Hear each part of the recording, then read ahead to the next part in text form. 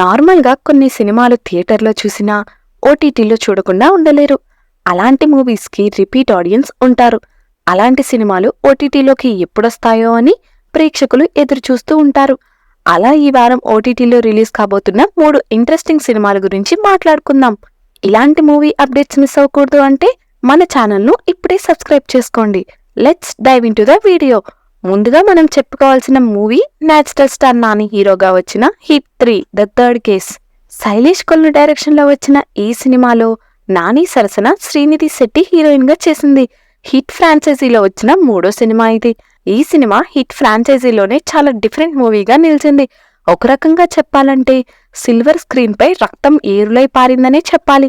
అంత వైలెంట్ గా వచ్చిన ఈ సినిమాలో నాని సైతం అంతే వైలెంట్ గా నటించారు.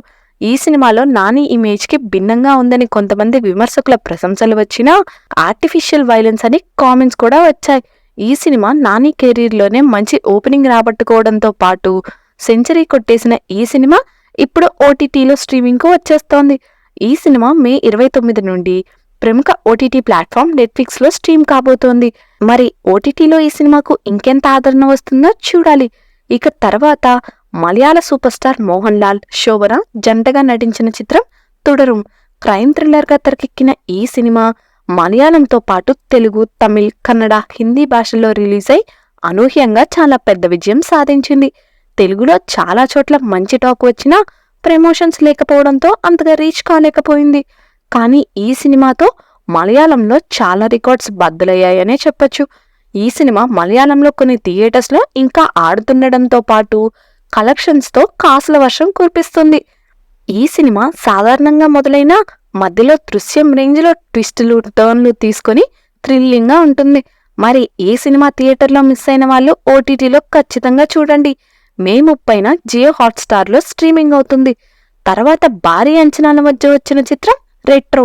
కార్తీక్ సుబ్బరాజు డైరెక్షన్ లో సూర్య, పూజా హెగ్డే కాంబోలో వచ్చిన ఈ మూవీ రిలీజ్ కు ముందు ప్రామిసింగ్ గా ఉన్న రిలీజ్ అయిన మొదటి రోజే ఫ్లాప్ టాక్ తెచ్చుకుంది.